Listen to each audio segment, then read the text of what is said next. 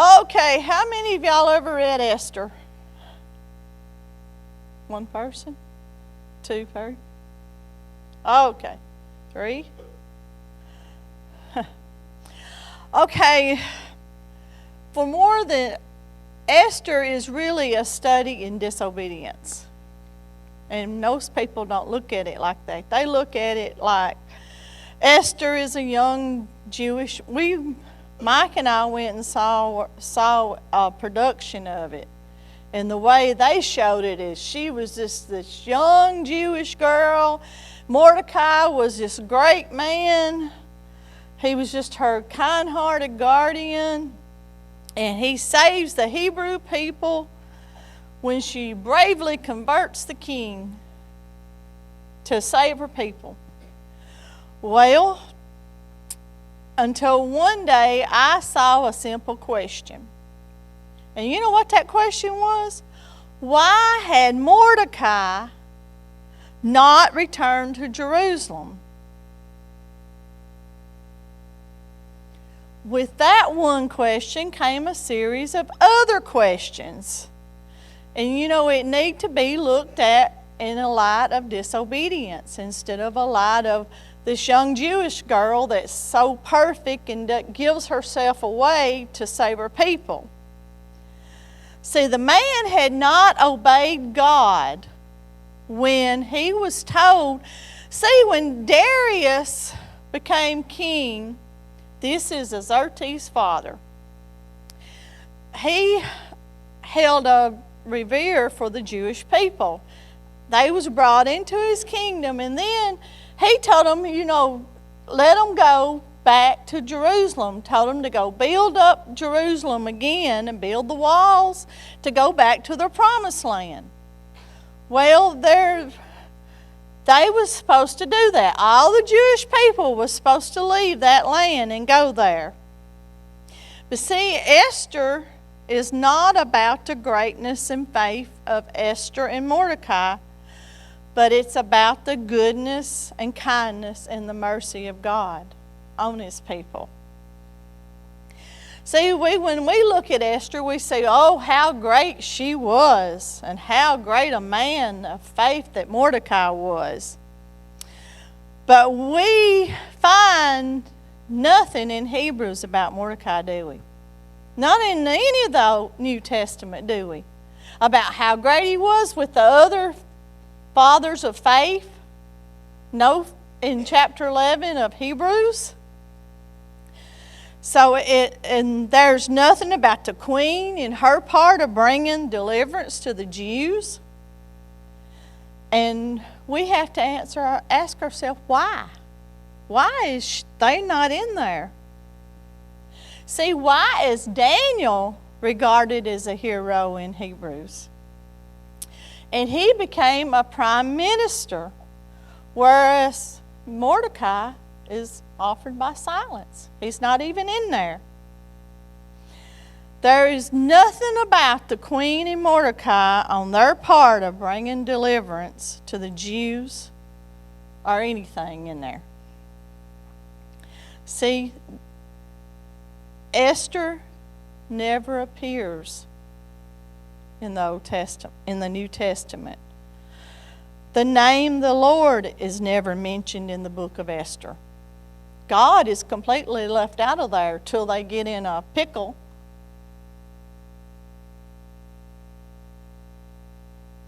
See, the author intended to say that the history, going on in the history, there was one behind the scenes pulling the strings.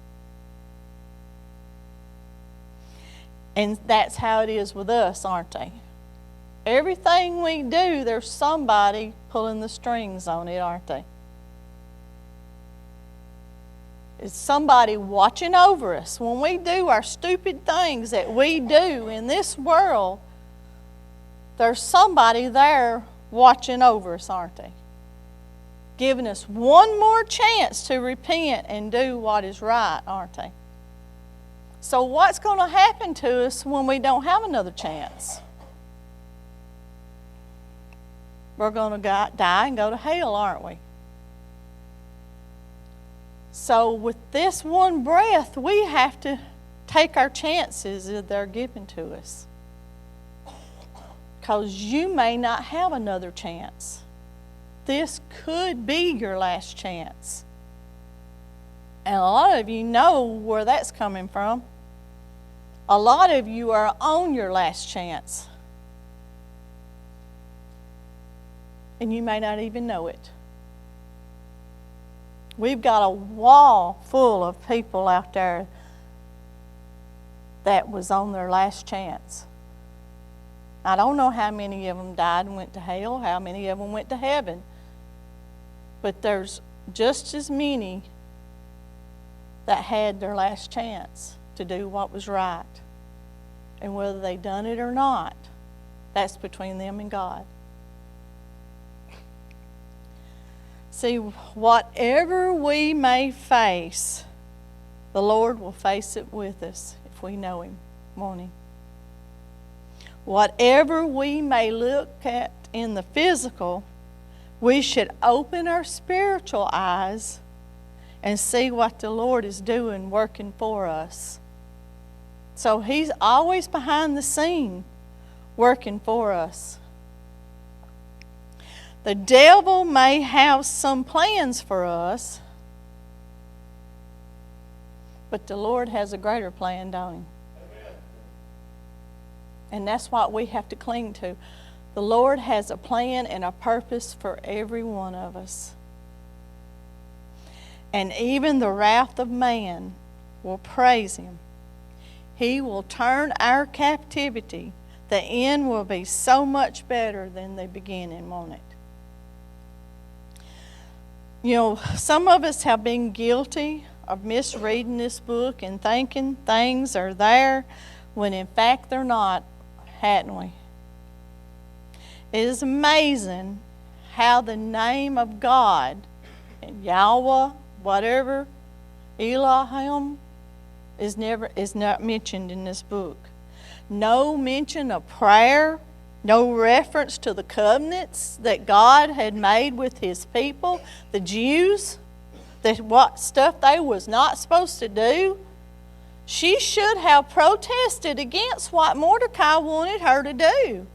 But she went out there and just all of her glory done what she had to do. Because it was easy to do, wasn't it? See, our assumptions anywhere close to the truth. Are they? Probably not.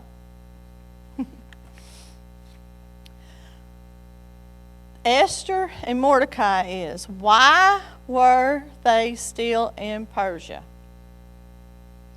The Lord had recently given them instruction for His chosen people to return to the land He had given them. However, these thousands of Jews remained in Persia because they wanted to live the high life. They had homes. They wanted to eat the food that the Persians eat. So they wanted to be there right with them.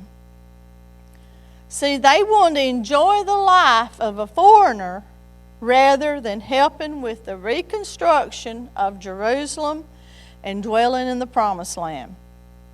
These two are the leaders of a rebellious, compromising Jews that could have been wiped out but for the grace of God intervening. The Lord used these two people, Mordecai and Esther, to manifest His astonishing grace to a wayward and disobedient people.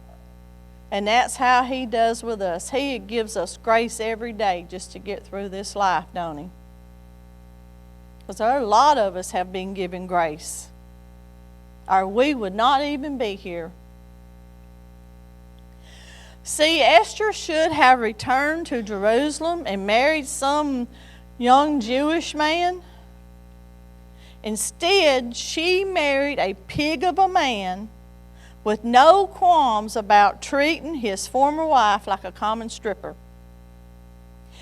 In fact, it was told that when he went across the ocean or went to cross a river, a big storm had come. This is how evil this man was. The bridge had got blown away or washed away from that storm. So instead of him trying to figure out what was going on with it and try to build the bridge back, he had the bridge builders killed. And he went and made them take chains and throw them across the water and beat the water for disobeying him, because he wanted to cross over that river. That's how bad this man was. Now, we're going to talk about the star Esther. Her Hebrew name was Hadassah, which means myrtle. She received the Persian name Esther when she chose to participate in a beauty contest. She was given this name because rightfully she couldn't even, he had known that she was a Jewish girl, he would never picked her, because it was against the Parisian law for him to choose her. So she was, trying to make that she was a Persian girl. So Mordecai hears a lie they're telling, that her name is Esther, so she's a Persian girl now, when she's really a Jewish girl. So he's looking for a new wife, and I'll tell you in a minute why. She was certainly the star of the story, and to some extent that was a problem. Because what did the Lord tell her not to do? She was not supposed to marry a foreigner. That was totally against her religion, the covenant that the Lord had made with them. See, the Lord should have been made the star. This story should have been made how the Lord pulled these people out. But he had told them, because of their disobedience, he had told them to leave. Don't stay there. It's going to cause problems later on. Look how it did with Pharaoh.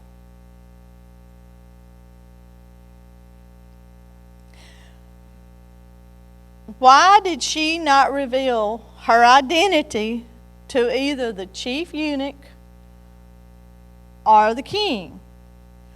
Why did she disobey? Why did she obey Mordecai with everything that he told her to do, when she knew some of the things he was telling her was against the law of God? Why was she prepared to allow herself to go to a king knowing him not to be a Jew and an extremely immoral person? The next character is Vashti. Here is a good woman who followed the laws of her own land properly. See, she held a great feast for the women of the privacy of her own palace rather than out in the streets or everywhere where they could see them. See, this was always the way it was supposed to be. If you were a Persian woman, you was not supposed to flaunt yourself in front of other men. So when King Xerxes called for her to show her off in a drunken gathering, he was breaking his own rules of his own kingdom. Women were to be modest and private and not flaunted in public. By refusing to come to the feast where the men are now drunk and lewd, she put her life on the line. And she put much more, her crown. The king chose to hold a beauty contest, and that's where Esther come in.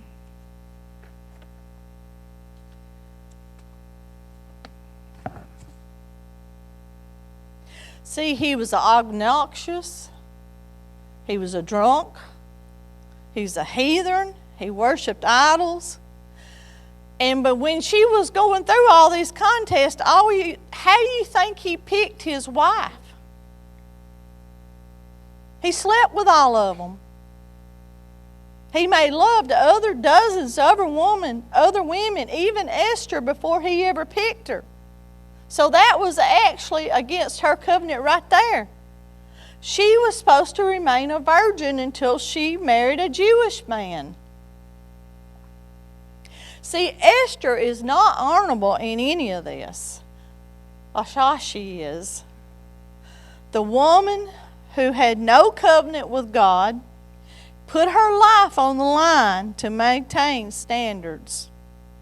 Some dignity in Persia. A woman who should have known better is prepared to compromise her standards, forget the covenant she has with God, and demean herself by entering the Miss Persia contest, which would be one judge, the king. And the woman who failed the test would live in a harem, a solitary life, without ever hope of having a husband or any kids. Because if she was not chosen, she was done for. Mordecai, the guardian who does no guardian. This man was also not a gentleman that we all thought he was. He is nothing short of a scoundrel. See, he was giving his niece because his brother had died, and brother's wife. So he was supposed to take care of her and raise her up to be in covenant with the Lord, to know the statutes, the covenant. He still had the books of Proverbs. He knew what they said, but what does he do?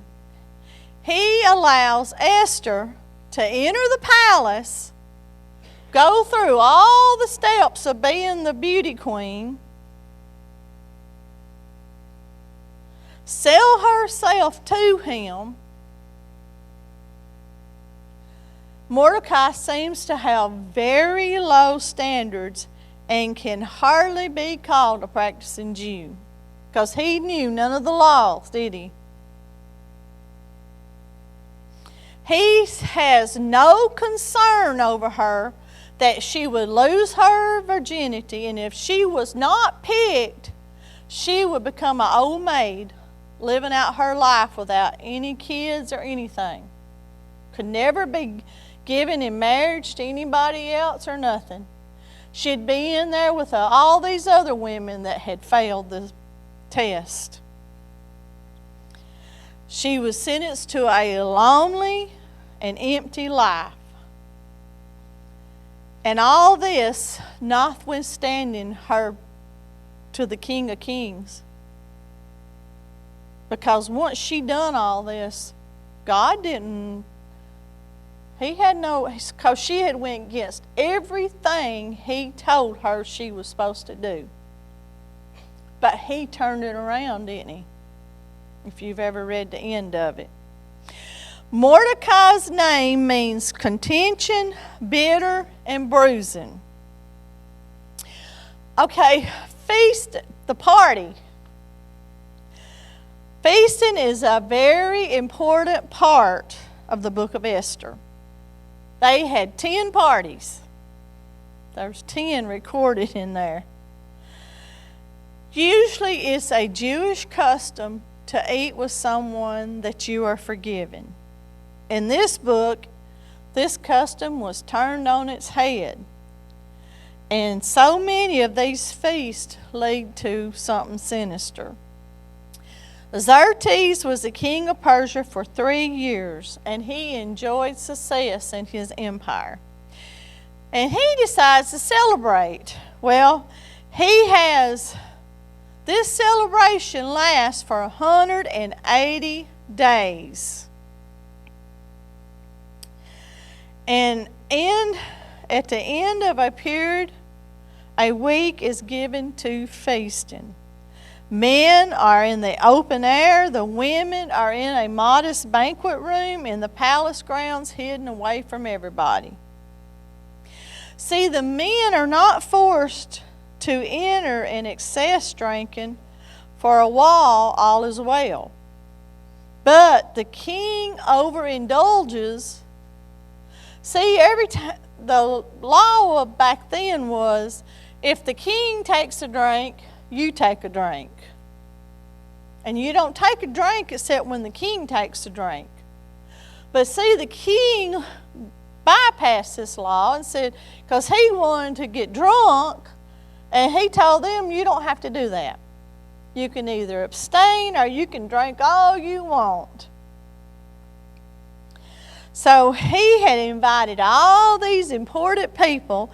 He had 127 provinces under him. And he wants to show them that he is so much better than they are. And the only way to do that is to present his queen to them, to show them how much better that he has than any of them has. He has more money. That's why they feast so long. He wants to show them all his riches and everything that he has going for him. And then they probably all get drunk and start saying, well, my wife is prettier. No, my wife is prettier. If any of y'all ever been around someone that drinks, everything's better looking to them than sometimes what they really have. And I know this from example because my daddy was alcoholic, and if he didn't get his way with something, always that knife come out. So these people are a bunch of drunks. They're all drinking and bragging about how much better their women are. Well, the king says, no, come on, woman. We're going to I have the most beautiful woman. She refused, didn't she? And see, it wasn't that he wanted to bring her before all these men and told her just to wear her crown. So that's all messed up, isn't it? So that's why I said about her that she had more scruples than any of them did. See, because his sins, because he was drunk, then he probably would have took her back, but he done everything in front of all of these other people. Then we have Haman here. He was probably a descendant of the Amalekites, but we cannot be 100% sure. But it fits in so much biblically that we assume that is so. And that is why Israel despised him. See, the Amalekites had made an unprovoked attacks when the Israelites were coming out in Exodus, and when they were coming out of Egypt. A lot of the older people and the kids would be, kind of in the back because they were probably slower than the other ones. Well, these Amalekites would prey on them and kill them as they was coming through. And they always attacked the weaker person. So God had commanded for them to be totally exterminated. But they didn't listen. They never was exterminated. They never killed anything that they didn't do what they were supposed to. That's why they wandered around for 40 years. His name means noise or tumult. So we can see that there's going to be trouble on the way, can't we? By that name. See, we don't know why he was exalted above the other princes or the empire. He was treated with high regard. He wanted everybody, as he walked by, to bow to him. And the Jews, they didn't like that. They didn't want to bow to him. So he was a very evil man. And see, I guess to them it would be like bowing before a man like Hitler or someone like that, Stalin, or anybody that we wouldn't want to really bow before. Okay, now I'm going to start in.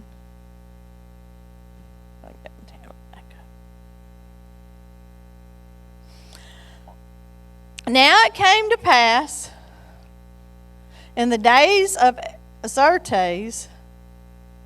This was Xerxes who had, his name is, the Hebrew name is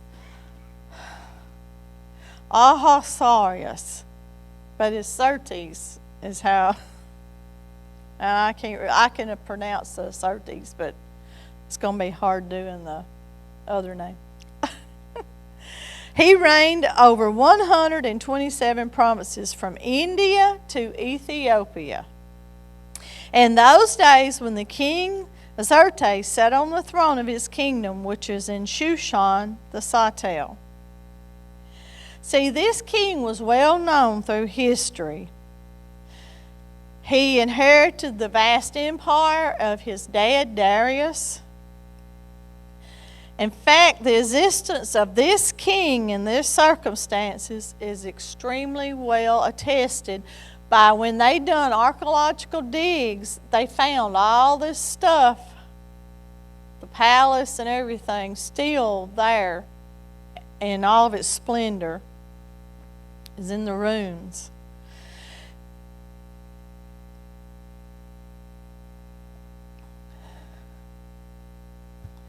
In the 3rd year of his reign, he made a feast to all his princes and his servants, the power of Persia and Media, the nobles and princes of all the provinces, that's 127 provinces, being before him. The historians say that this is 483 BC, when the feasting and drinking began. It was invited that his princes of all of them come, high officials, that meant all the generals had to be there, all the leaders of his armies had to be there, all the governors of each province had to be there. So there was a lot of people in there, men in there drinking. So when they brought their wives with them, their wives went to a banquet with the women, and the men were all left in here to eat and drink and be merry, I guess you'd say. So it was a gathering of all the greats. It should be noted that there is something to really consider that is not necessarily said 180 days. Can you imagine sitting there 180 days and all you do is sit and eat and drink? Some of them probably had to leave and go take care of their kingdoms, but then they were told, well, after you get your stuff taken care of, come right back and we'll still be going. Some party, isn't it?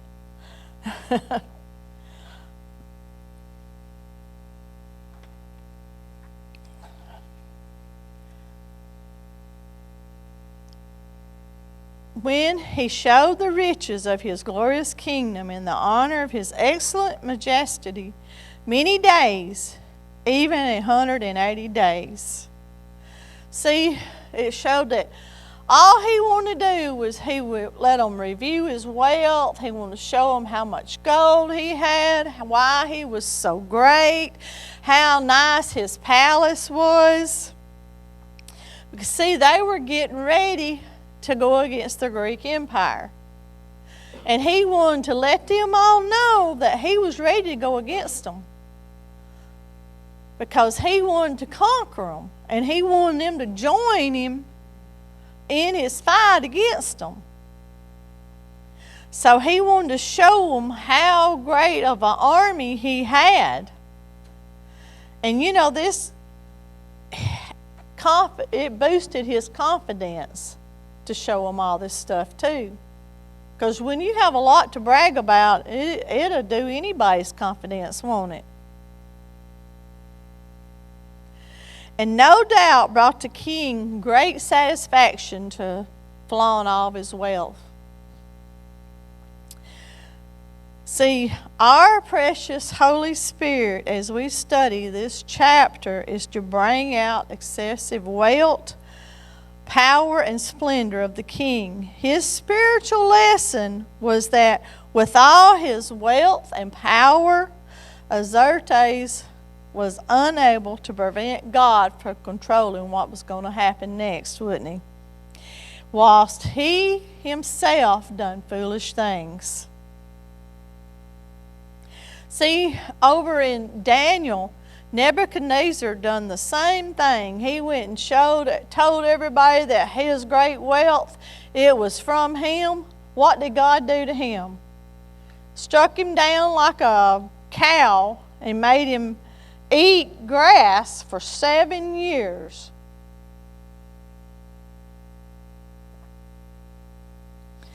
And you know, there's other guys in the Bible that made the same sinful mistakes. And you know, our mistakes will always find us out, won't they? We think we have them hid, but God knows what they are, don't they? He always knows. See, Esther-A would be the head of a huge army. He'd have armaments, all these big tools. They would be enormous, wouldn't he? He wanted his subjects to be aware of what was at his disposal. And I think he done a lot of it so they would fear him. Because he ruled by fear. He wanted to say, well, if you don't do what I say, this is what's going to happen to you. I got all this armament, all these swords, all these chariots, horses, everything at my disposal. And if you don't do what I say, they'll be coming against you. Because he had to do something to keep 127 provinces in line, didn't he?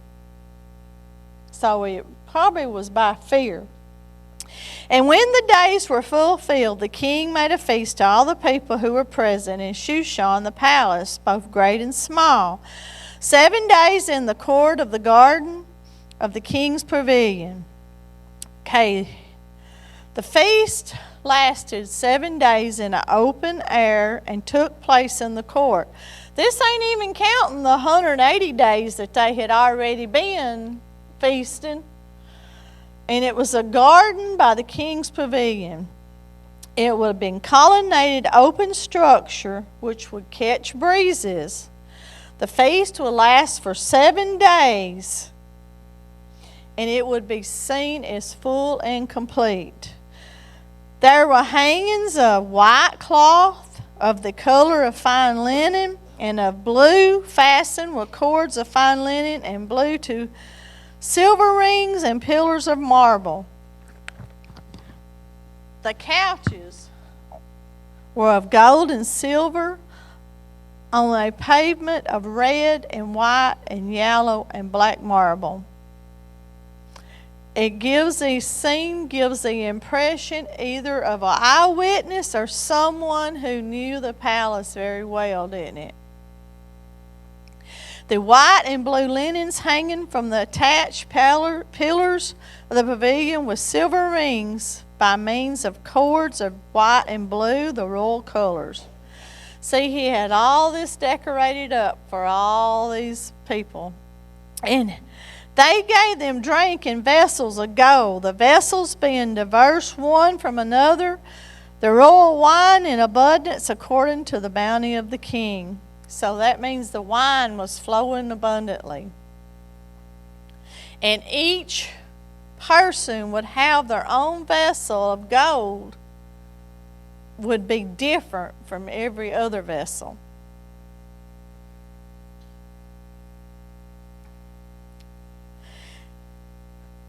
Also, Vashti, the queen, made a feast for the women in the royal house which belonged to King Xerxes. So at the same time, like I said, the women were having their own banquet in the inner house where they would not be seen. They could go in there and not have to be seen by any of the men. And you know, that showed that she was the king's favorite wife, or head wife. So she was probably outstanding. Her beauty was outstanding. That's why he loved her. She was the most precious of any possession that Xerxes had. And that's why he wanted to show her off. But if he had really loved her, he would not have wanted to do that, would he? What man would want to parade their wife in front of a bunch of drunks naked with just a crown on? I don't care how drunk you are. Yeah. We know nothing about her from the part of the narrative that we read. But we can assume that because she was not killed when she turned him down, that she was of noble birth. She was probably one of either his general's daughters or one of the other nobles' daughters of the 7 that he had. So that's who the king was expected to take a queen from. But on the other hand, Xerxes may have conveniently forgot that he was supposed to do that. But in fact, she would know what she was doing when she turned him down, wouldn't she? She would know she was sealing her fate. Because you did not tell a king no when they tell you to do something. On the 7th day, when the heart of the king was merry with wine, he commanded Miriam, Bigtha, Harbonia, Bigtha, and Abagatha, Zethar, and Carcass, the 7 chief officials, I don't know if I pronounced them right, but I come close maybe, who ministered in the presence of Xerxes the king, to bring Vashti, the queen, before the king with a crown royal, to show the people and the princes her beauty, for she was fair to look on. And see, this was the last day of the feast that they were going to have. And he was totally drunk. And he commanded his 7 officials to do this to her, to bring her so she could be shown off in front of everybody. Yeah, eunuchs.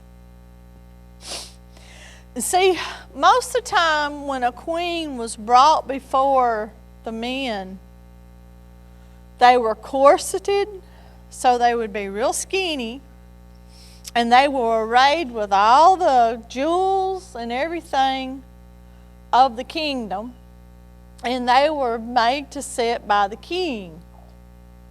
They was not told to just be wearing a crown and parade around naked in front of all these men to be seen.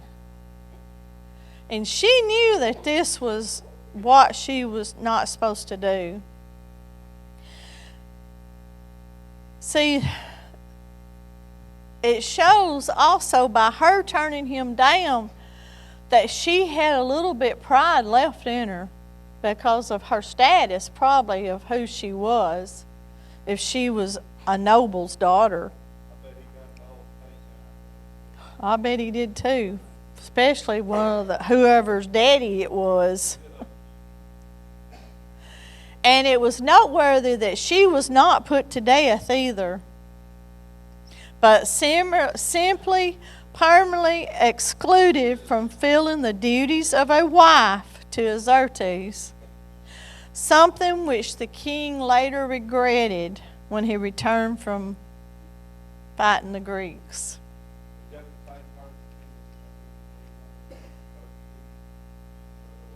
Mm-hmm. Yeah, he was very ruthless. See, on the seventh day, this is 10:11. On the seventh day, when the heart of the king was merry with wine, I done read that, didn't I? But the queen Bathsheba refused to come to the king's command by the chamberlains. Therefore the king was very wroth, and his anger burned in him. He could have had her killed right then if he had wanted to. See, in those days it was unthinkable to not do what the king said. I don't care if he was drunk or not drunk. And these men, these eunuchs, could have been killed too. So they were pretty brave to come back and say, oh, she ain't going to come. She said she wasn't coming out there. You know, they could have been killed for not forcing her to come themselves. But see, they had been her eunuchs, and they had been they guarded the harem, so they probably knew all these women in there, all of them. And they knew how they were. So she would not be subject to humiliation. She preferred to die, if that's what it took, or to go run to her family.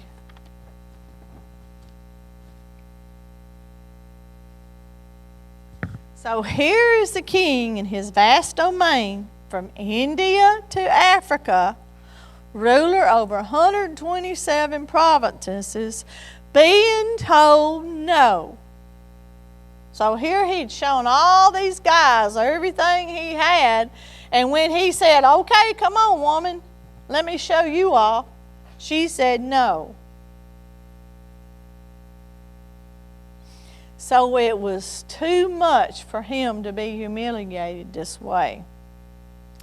Then the king said to the wise men who knew the times, they were the Magi, the astrologers. They went by astrology. They went by what the stars said. They was the wise men of Babylon that was shown in the book of Daniel. For so was the king's manner toward all who knew law and judgment, and next to him were Carshena, Shethar, Admathiah, Tarshish, Meres, Marsena, and Mecucan. These were the 7 princes of Persia and Media who saw the king's face and sat first in the kingdom. And what that means is they could go anytime they wanted to the king. You know, most time when you went before the king, if he didn't hold out his scepter to you to tell you to come in there, you could be killed. But these men didn't have to do that. They was that high up in the hierarchy that they didn't have to be told that. And they were wise men that this was probably a technical phrase. Among these wise men were the king's closest 7 advisors. What shall we do with the queen Vashti according to the law, because she has not done the bidding of King Ahasuerus? by the high officials. The question put to the wise men was as what should be done according to the law to her for refusing them. And he wants to do it where history will approve of him. Because he knows these men are writing all this stuff down as scribes and stuff. So he don't want to be looked at as humiliated or whatever in his kingdom. So he wanted to show that he was king and that he could not be humiliated. And Merchaman answered before the king and the princes, Vashti the queen has not done only wrong to the king, but also to all the princes, and to all the people who are in the provinces of the king of Xerxes. See, they were trying to look out for themselves too here. So here's one of the 7 nobles. He's telling them what they need to do. For the deed of the queen has come abroad to all women to make their husbands contemptible in their eyes, when it should be reported. So the king had said for her to come before him, and she did not come. So here they conjured up this thing of all the women getting together and not doing what their husbands said. So they didn't want a bunch of gossiping women going behind their backs. And when their husband told them, go cook me supper, they said, no, Queen Vashti said I didn't have to. So they said, okay, we're going to make it a law now. And this day will the princes of Persia and Media have heard the deed of the queen say to all the princes, so will there arise much contempt and wrath. If it please the king, let there go forth a royal command from him, and let it be written among the laws of the Persians and the Medes, that it not be altered, that Vashti come no more before King Xerxes, and let the king give her royal estate to another one who is better. Their solution was to throw her aside into the harem, that she would no longer be his wife, and that her estate be given to somebody else. And we know who that's going to be. And that she will no longer be called queen, that she'll just be called by her name. She is just another woman, isn't she? And please note how the punishment fits the crime. She had refused the king's presence, from which, in their mind, I'm not saying that it's right, but in their minds, she had refused to do what the king said, that she should be banished from his sight forever, since she ain't going to do what she says anyway. And no one else would be allowed to have her. There would be no contact ever with the king, no contact with any other men. She would never have any kids to carry on. And it was fixed by the laws of the Persians and the Medes. And this going forth was by, I say, Pony Express back then. See, the Greek historian Herdonius wrote the Persian postal service as follows: nothing mortal travels so fast in these Persian messengers. The entire plan is a Persian invention, and this is a method. Along the whole line of road there are men stationed with horses. Don't that sound familiar? The Pony Express. One would hand it to the next one. They'd run a little while and then they hand it to the next one.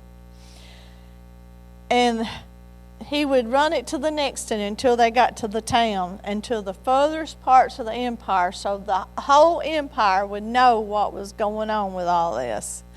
And when the king's decree, which he shall make, shall be published throughout the kingdom, for it is great, all the wives will give to their husbands, you notice this, women, honor both to great and small.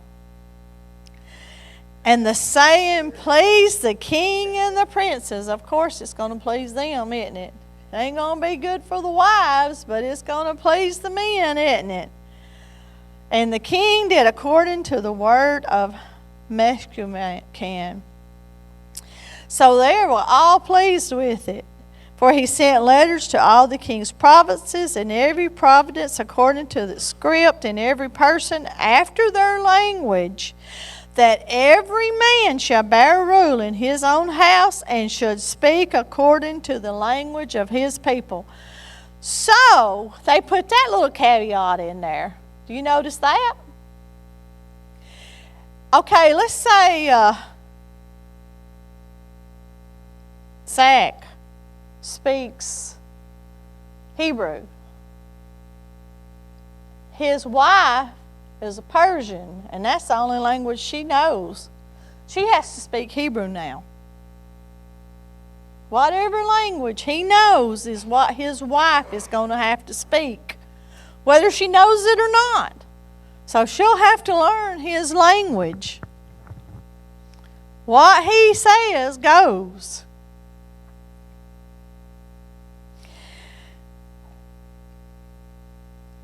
So he sent all these letters to all the governors that every person language was given, and the men had the right to insist that only local languages could be used.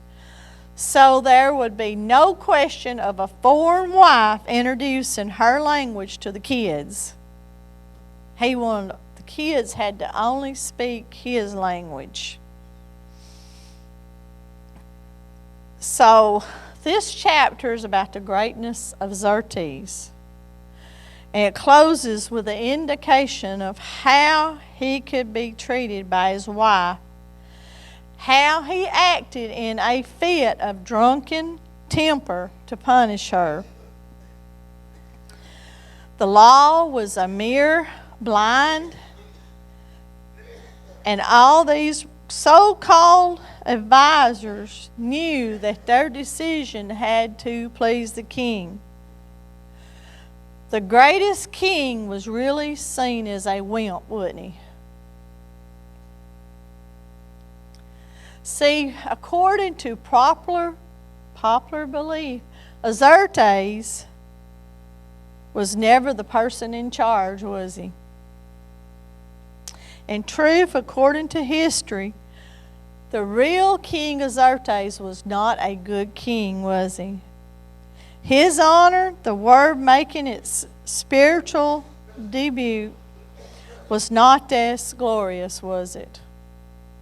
He was a drunk, wasn't he? He wanted everybody else to be a drunk with him, didn't he? See, according in Esther, Xerxes' bed of gold did not afford him much sleep, did it?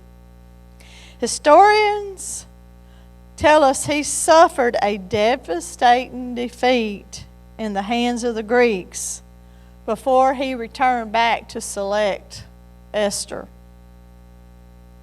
He had more to worry about than a woman's disrespect to their husbands and discord in the home.